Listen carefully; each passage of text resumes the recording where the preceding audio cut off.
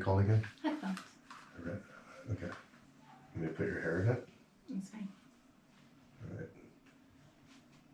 Feel like a parent taking care of their child? Okay, you good? Okay, we're good. All right. Okay. What's going on, everyone? Dr. Todd and Danny from the Move Now Chiropractor. This is episode number 277. We're going to talk about COVID stuff and not just getting into all the stuff you can watch other videos on, but the resources that we turned to throughout the last couple of crazy years, explaining a little bit about how this put a hiatus and what we were doing. But anyway, we're going to dive into it. So with that said, let's get rolling. Here's what so many chiropractors have been searching for. How can we expand our clinical reach by finally addressing more than just the segmental component with our patients, but at the same time, not feel like we are selling out our chiropractic principles? The reality is our patients count on us to guide them. And when it comes to results, we must also address their posture and their movement. The verdict is out. Patients have spoken, and this is what they want and what they need, focusing on functional movement and corrective exercise. So how do we practice in a way where our community is engaged, excited, and seeking us out because of this comprehensive, results-based approach? That's the goal we've all been searching for, and this podcast will show you how. My name is Dr. Todd Pickman, and welcome to the Move Now Chiropractor. All right, we are back. So let's get into this. I'll give a little disclaimer before we start. We're trying to make this so that we can put it on YouTube, on the censor-full YouTube. So we'll be careful what we say, I guess. I don't know. First time we've ever talked about this. I've listened to so many other people have to give those disclaimers and silence what they really want to say. But ultimately, I wanted to just talk about something that all of us have faced. All of us have dealt with this in practice, and it's that the last couple of years there was a massive issue with COVID and shutting down and calling some businesses essential. And to be honest, it took a lot of steam out of what we were doing, even with Move Now and kind of in our clinic to an extent, but we fought back against it. We got through it, but it was exhausting. And I think that's a big reason that a lot of the momentum that we had was lost. It was like January of 2022. I remember I was talking with Dr. Kronk on the phone from Smart Injury Doctors, and we were going through some game planning stuff we were going to do. And we heard some stuff on the news, and I remember both of us were like, oh, this is crazy. They're not going to shut stuff down. I don't remember if it was January or February, but it was somewhere around there. And then little did you know, that's when everything started happening. Yeah. And something that Danny and I should probably address this if you're watching the video, why Danny has her arm in a sling. So why don't you tell this story? And then it's your birthday today, by the way. So happy birthday, Danny. Thank you. All right. So share what happened. Okay. So it was my son's 9th birthday party at a roller skating rink, and I fell. Yep. And then broke my hand in 2 places. And it was right towards the end, too, and you played it off like everything was fine. Yeah, I didn't say anything probably until about an hour and a half later. And then you texted me the next day, oh, by the way, I broke my wrist, but it was your distal radial styloid? Yes. And then your thumb is an issue, too. Yeah, there's something in there that possibly got pulled from a tendon. Man, that's not good. Yeah. All right. Well, so if you're watching on video, you'll see Danny here. It took her a little bit longer to get ready this morning because she had to do it with one hand. Fortunately, it was your left and not your right. Yes. Doesn't help you with typing, though? No. I guess you could type with 3 fingers. All right. So anyone out there with asking Danny questions that need doctor support, just know it might take a little bit longer for her to respond while she's getting used to having one arm. But with that said, some things we were talking about before we got started too, that I was asking Danny about, and I'll throw this little header out and then I'll turn it over to Danny so she can share, because she has several children. You have 5 kids and then 2, there's 7 in the house, right? Yes. Mm-hmm. So 7 kids in the house. And with all the COVID stuff and the restrictions, and they talked about the jab and shutting down schools, how did that affect things in your household? So as far as the COVID vaccine and stuff like that, my children have never been vaccinated. My 5 have never been vaccinated. So we've always kept a good watch on the mandates and stuff like that. But I was worried when they started saying that kids would either have to wear a mask all the time or get the COVID vaccine. Mm-hmm. So just trying to keep an eye on that. And then eventually they came out with a waiver to sign in order to have your kids not wear a mask if they're not vaccinated. And we just felt like that was going to seclude our kids and put them in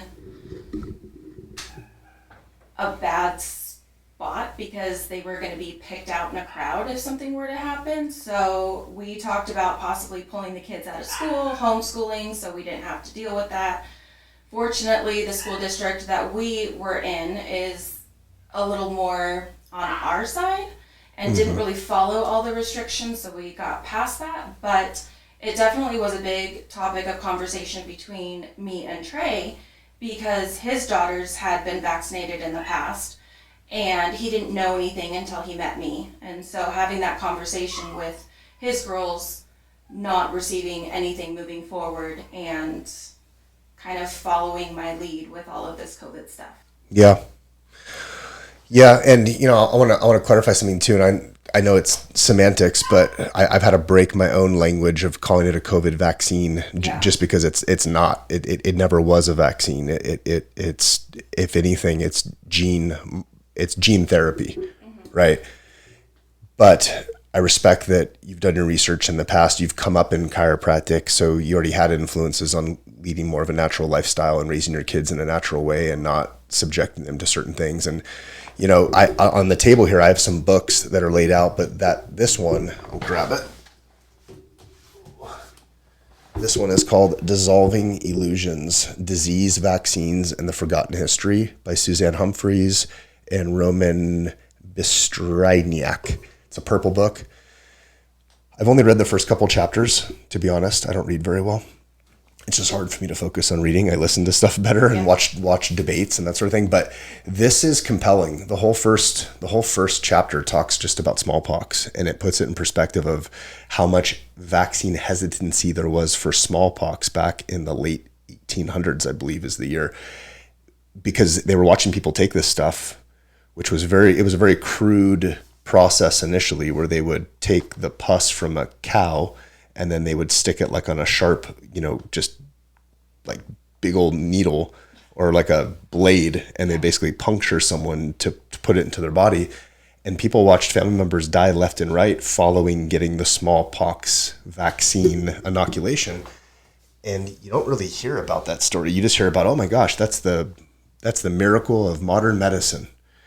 And to be honest, even being a chiropractor and not being pro jumping on all the vaccine stuff, for a long time I was like, well, maybe there's a time and a place for some of these older ones, back when sanitation was bad, back when we didn't have a lot of the technology that we have now. And I'll be honest, I've changed that tune. I'm moving this TV behind me. I've changed that tune just from reading the first couple chapters of this book and then seeing what went on the last couple of years. And it's really strengthened my conviction against trusting big pharma.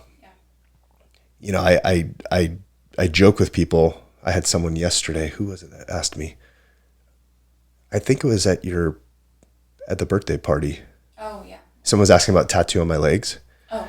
Because I have a tattoo on my leg that has like an angel of death, which is big pharma, holding a pharmacist on a marionette like a puppet, and then everyone waiting to get in line to get their pills and their COVID jabs and whatever, and then they turn into sheep being led to slaughter. And I joke and say, I'm like Nostradamus. I predicted it a long time ago. I got that when I was like 27 years old or 26 years old, and I'm 41 now. So it was a while back.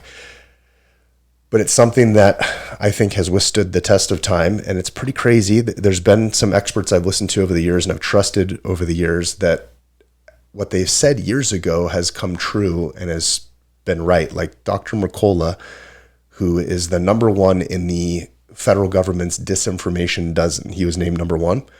I've followed Mercola since 1999, and he's always been several years ahead of what the consensus in healthcare says. He was big on vitamin D. He was big on omega-3 fatty acids. He was big on looking at cortisol levels and adrenal fatigue and all these things that were thought to be like witchcraft and crazy and now is more mainstream. Yeah. He was warning about opioids before the opioid scam, actually was exposed.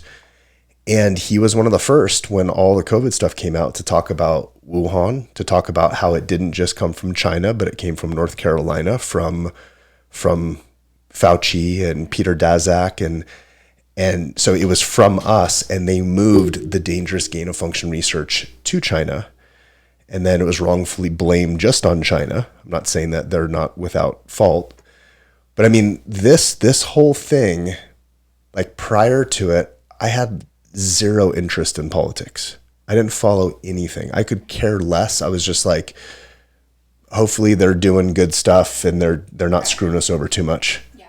Right. And then the thing that started happening is I built a home gym like right before all the scamdemic stuff started.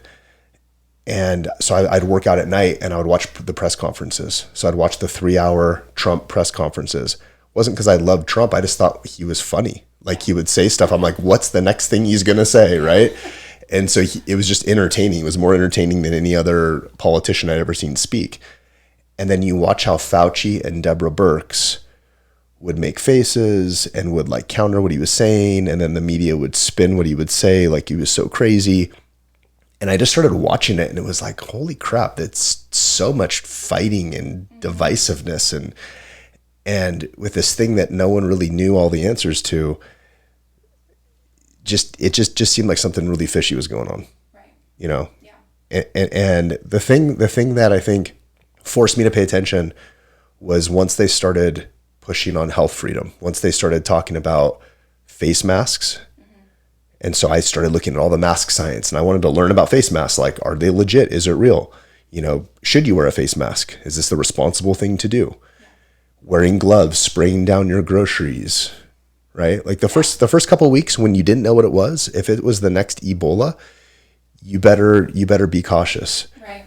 But as soon as you start to see the trends, and then I put my trust in a lot of these experts that I had followed before, not the experts on TV, and they were saying something else was going on. And, you know, you feel like a crazy conspiracy theorist when you're following this stuff and you start talking to other people about it and they write you off like you're crazy. Like half of my family at least has double, triple, quadruple down on they don't want to admit that they were misled at all or anything was, you know, nothing was pulled over their eyes, right? Yep.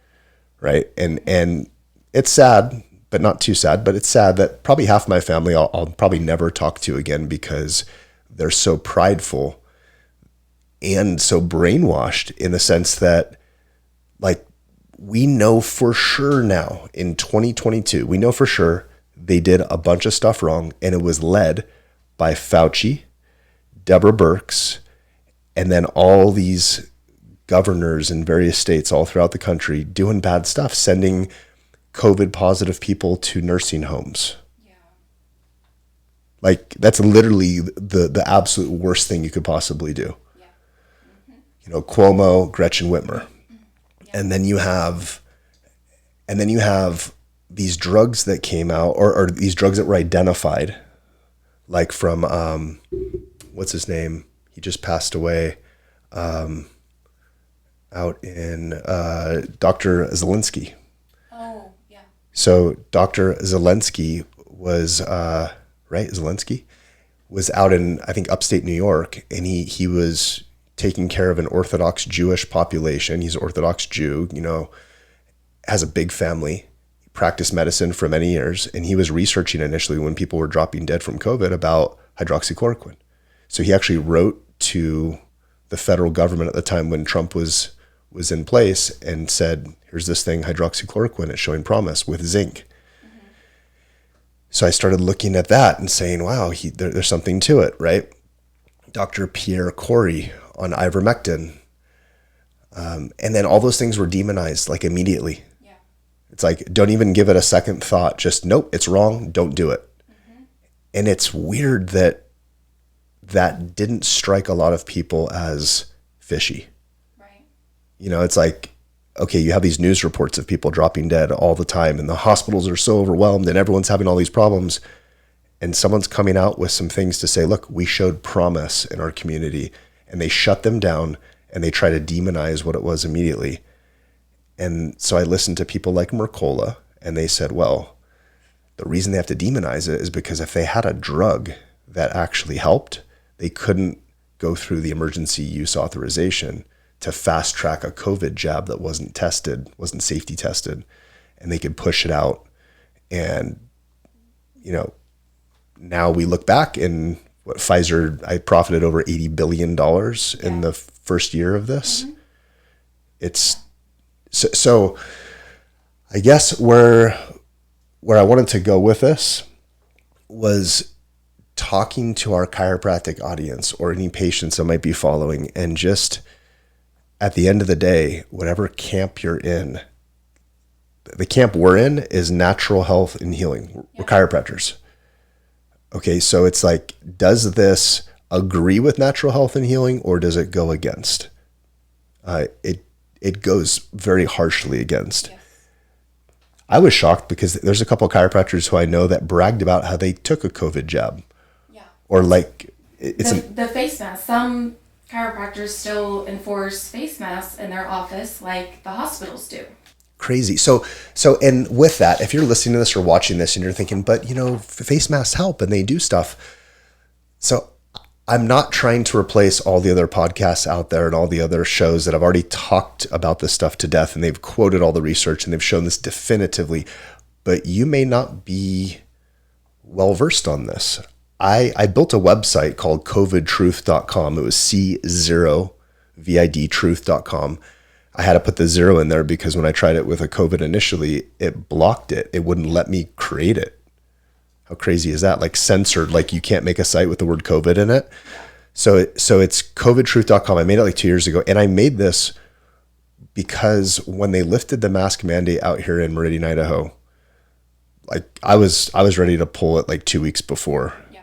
If you recall, I was like, we're sick of this. We're done with this. But our patients came in masks because they thought they had to. And we told them, hey, we're following what we think the chiropractic board's going to enforce because they just say we're following CDC guidelines. Well, how did that age? It didn't age very well. I mean, now looking back at the CDC, like how discredited they've been. So I built a website so that patients would know that we take this seriously. We're not just flying by the seat of our pants and trying to reject stuff out there for the sake of doing it. We're not trying to, put people at risk or harm people's safety. But I built a site, and I think there's like 15 different thought processes, kind of like if you were frozen in time and then you woke up and you like, what the heck's going on in the world? Yeah. It takes you through that chronological order of understanding where we're at. Yep. Right. And so there's a section about Fauci. There's a section about the COVID jab. And this was before it was even out. It was when they were talking about it. I mean, that's when I first made the site. So there's definitely a lot of updating that would need to be done. I put enough time into it. It's like late 2020 as far as when I updated it. But some people to follow, and I wrote this down. And I know there's a lot of other ones out there that I'm missing, but some YouTube resources that have not been censored, that have not been horribly censored, and have done a good job exposing this stuff. Ivor Cummins was one of the first that I listened to. He's from Ireland. He's a complex problem solver is his title. And prior to that, he had a podcast called it's still called that, The Fat Emperor, because he talks about like ketogenic diet, eating fat, right? Mm-hmm. And so he was talking about how to reverse heart disease naturally. And he knows nothing about healthcare in the sense that he's not trained as a doctor or healthcare practitioner, but he had a problem himself. He took what the doctors told him and he engineered it through his formulas to figure out, oh, the problem is not that I need to take more statins and lower my blood pressure with pills. It was that I have this metabolic disease, I have an inflammatory issue, and it's because of carbohydrates and sugar. So anyway, Ivor Cummins came out and he was one of the first to start talking about face masks. And I watched his stuff and he looked at trends of cities and countries that were following the mask mandates to the T, and then the neighboring place with the same temperate climate, which means the same climate, so that you're trying to keep all the variables as close as possible. And their outcomes, they weren't doing masks, and their outcomes were identical. You could superimpose the two on each other. Yeah. And if anything, in some of the places with the masks had worse outcomes. Yeah. Okay, so he was showing this early on. I would send this to family members of mine. And I remember one of my cousins, who's like a professional full-time student for her whole life, she was like, oh, he's a grifter. I'd never even heard of that name before. I didn't even know what a grifter meant, but it was like that's where all the just Twitter war, disgusting online language that I was just oblivious to, that I was never into, I started getting exposed to it. And I'm thinking, man, people are just so negative and just attacking everything. And all I was coming at is, this guy's got some compelling data to say the face mask stuff. We got 40 plus years of flu research that shows face masks, once a virus is endemic to a population, face masks do nothing. Nothing. If you have an N95 mask, it will help block a little bit. Try breathing an N95 mask all day long. Like, I wear one when I'm sanding stuff, when I'm doing like woodworking stuff, and I can barely keep it on for 5 minutes. Yeah. But even with that, it doesn't give you all that much protection like they wanted to tell you, because it's inevitable. You're going to be exposed to it. Mm-hmm. So maybe we should be boosting our immune system and getting stronger and not delaying the inevitable. Quarantine sick people, not healthy people, protect elderly and immunocompromised, don't shut down the economy and everyone else. So at this point, it would be hard to think that this all just happened by accident and there wasn't some sort of, plan behind it, or some sort of orchestration, or like that quote, never let a good crisis go to waste. Yep. They saw the crisis and they capitalized on it and said, how do we leverage this for more control? So I'm 100% convinced that's what it is. And I know there's people out there that still don't think, like, they think everything on the mainstream news is legit. That's crazy. It's insane. I'm like, are we living in the same, are we on the same planet? Yeah. Are we seeing the same thing? Mm-hmm. And a lot of times it's intelligent people that are thinking this. And so the thing I've learned is that they've not separated these health guidelines from their political affiliation. Yes. So they're so, hey, I agree with these things on my political side, like my gang, my cult, right, that I'm part of. So I have to believe all of it and I got to go along with it. And it's crazy how many medical doctors did that. Yeah. And then to turn to find out that a lot of the medical doctors, I mean, man, how much time do we have on this podcast? I've seen things and been exposed to things now, and how the hospitals run and the ERs run, and the attitude and the views of general practitioners and surgeons and all the stuff out there. It's not all of them, but it's really crazy to see how many of these healthcare providers, I think, got into healthcare because they wanted to help. Mm-hmm. And then they sold their soul to the pharmaceutical companies. Yep. And it's too painful for them to admit that they were wrong or they got duped on something. So instead, it's just double, triple, quadruple down, dig your heels in, and ride it to the end. And it's like, at what point are people going, and then here's what's happening now. Instead of people admitting that they were wrong, mm-hmm. and this is another term I didn't even know what it meant, gaslighting. Oh, yeah. Right? So what happens, I just saw this a couple days ago, don't remember her name. She's not memorable or worth even remembering her name, but she's the one that is in charge of the teachers' unions. And she looks exactly like you think she would look. Okay. And she was huge about keeping teachers and students out of school, keeping distance learning, online learning, multiple clips of her on the news saying, we just have to be safe. We have to keep it safe. And these teachers can't risk their lives and all this. And it's like, on the side note, hey, if you're an elderly teacher, yeah, maybe don't go back. But when you're 25, 35 years old, we know now how much risk there was. We know the students were not spreading this to teachers and the masses. We know that all of that rhetoric didn't play out in the data. So she now is on record saying, I was always supportive of getting back to school as quickly as possible. And I just watched this a couple of days ago, and it showed clips back of all the clips, because they forget that when they say something on video, people can go back and play it on video. Yeah. Right? Mm-hmm. And it's this whole record of her saying the exact opposite over and over and over again, of trying to keep kids out of school. And then Fauci comes on, who is also very, very proud and adamant about keeping kids out of school. And he says, I was always for kids going back to school right away. I was never for keeping kids out of school. And then it shows the clip of him saying the exact opposite. So gaslighting is pretending that they didn't do something and thinking that you're so numb and stupid and brainwashed as the viewer, as the US citizen or the world citizen at this point. Everyone's looking at the US around the world, that you forget what they said like a month ago. Yeah. Right? And so I feel like those people that are brainwashed and sucked into it, that's how they justify it. They'll jump on that gaslighting coattail and they'll be like, no, they didn't ever say that. And you have to dig and look up all this stuff to be able to show to them, to try to like show them like, oh my gosh, you're in the twilight zone. And some of them break out of it. And there's a lot of people that have broken out of it. And a lot of people just have like put up their fists even more and they're more defensive. And I hope it passes, at some point. Yeah. It's tough because it's gone way further than I ever thought it would go. And I don't even think we've seen the end of it or the bulk of it.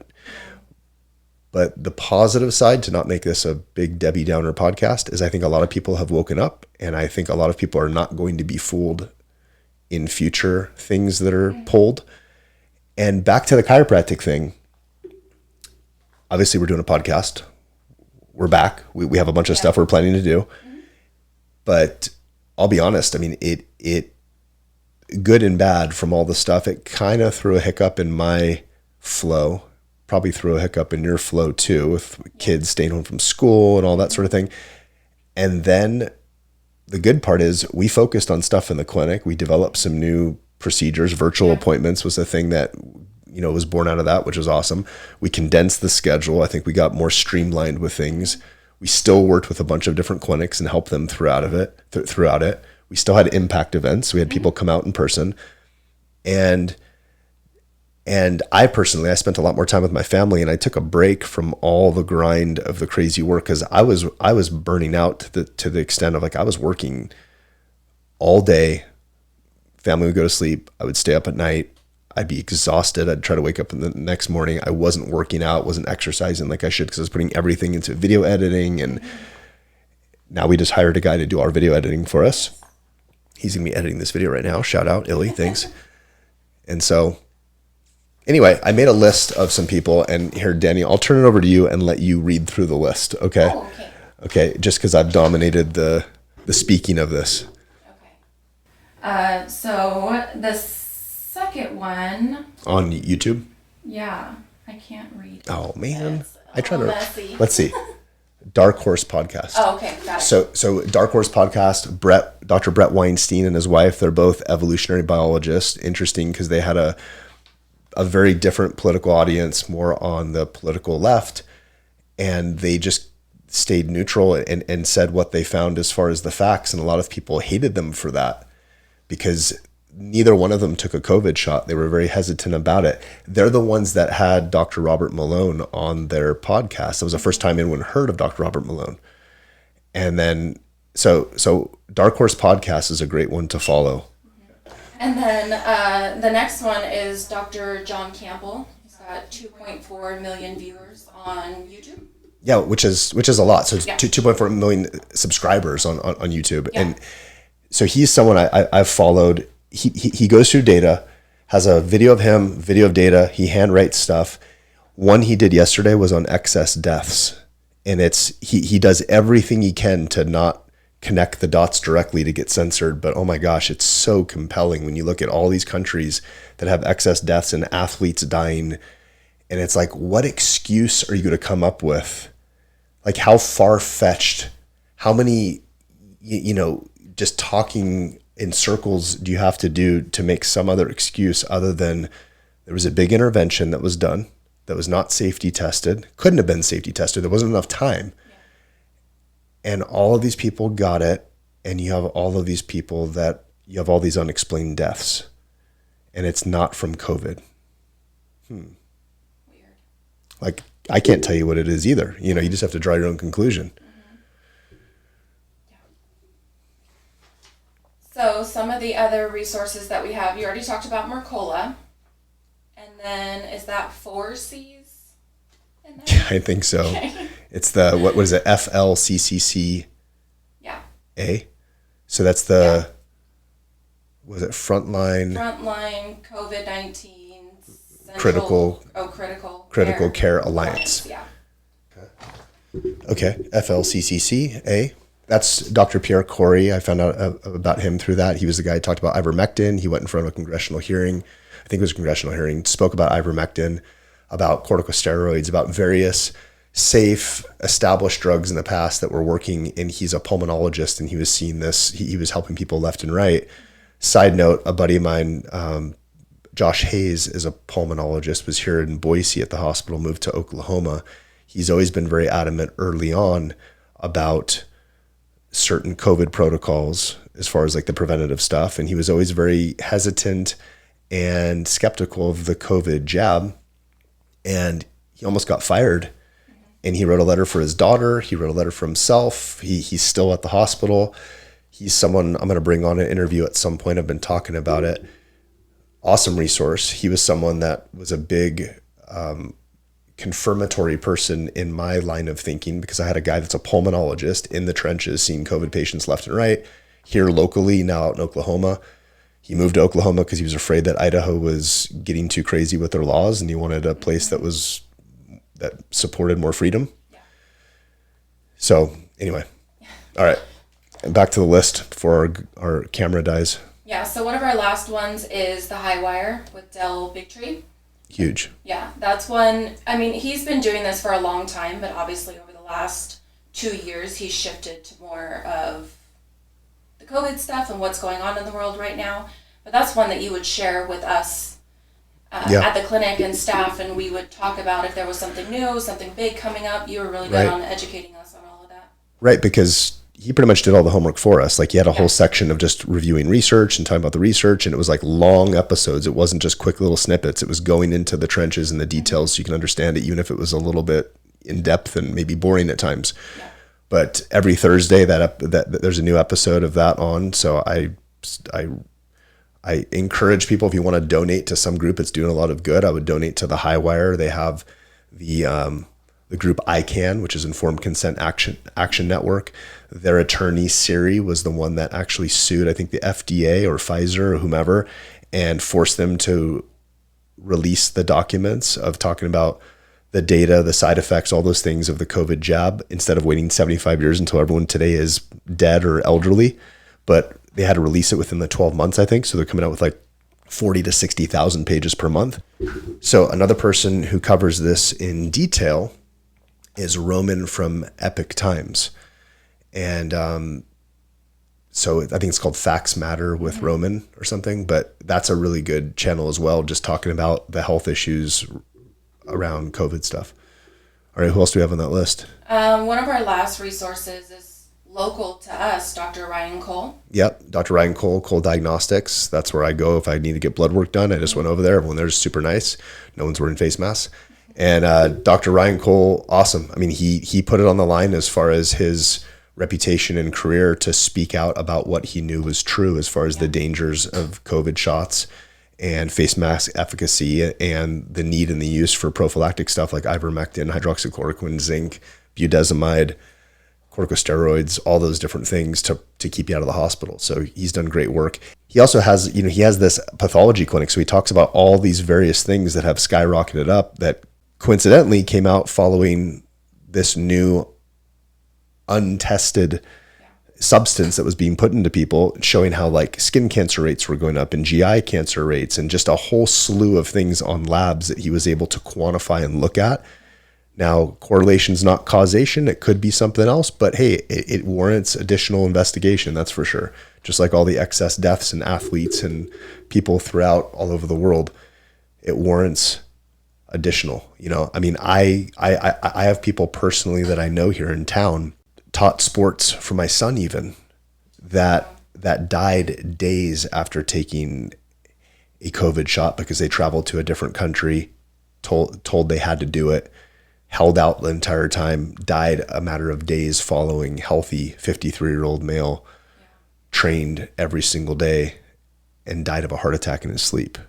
I mean, just it's beyond convincing that something is going on, and it has something to do with these things that are being introduced. I'm saying that in a very careful way. Yeah. I don't know if I was careful for this whole thing, but maybe. Anyway. All right. Well, anything on closing notes? Oh, you know what? There's a couple books too, just to recommend that I have on the table here. So, The Real Anthony Fauci by Robert F. Kennedy. Okay, talks about a lot of the disgusting practices of Fauci. I hope he gets what's coming to him. You know, like I saw the other day this 95-year-old German guy who was charged for crimes against humanity during the Holocaust, during World War II. Now he's in prison. At 94, he's being convicted to like 10 years in prison, so he'll die in prison. At least gives me hope that no matter how old someone is, when there's crimes against humanity, they will face charges, at least in this lifetime. Yeah. Okay, if not the next. And then this one, Truth About COVID-19. This is Dr. Mercola. This is also highly referenced book. The Fauci one, the Real Anthony Fauci one, everything has references. And I was just listening to Dark Horse podcast where Dr. Brett Weinstein talks about how he went through it and he looked up every so often some of the references, and because even the things that sounded so unbelievable, and found out, man, they all check out. They're all legit. Yeah. And then The Faucian Bargain. This is another book. Who's this one? Steve Deese. All right. And Todd Erzin. Anyway. That's it. 37 minutes later, minus some of the edits of when our camera kicked out. All right. Well, anything you want to say on the closing, Danny? No, not really. It's just time to get back to normal, whatever our normal looks like now. But it's time to start living life again. Totally. Yep. We're there. We're living life. We got to plan the next Impact event. Yes. All right. So with that said, if you haven't already, if it's on YouTube, subscribe, like, comment. And if it's through podcast stuff, make sure you're set up. Follow us on iTunes or wherever else this is. I don't even know the podcast lingo. And over and out. And we will see you on the next one. Want more Move Now secrets? If so, then go get your copy of my best-selling book and watch my 30-minute behind-the-scenes Move Now demo.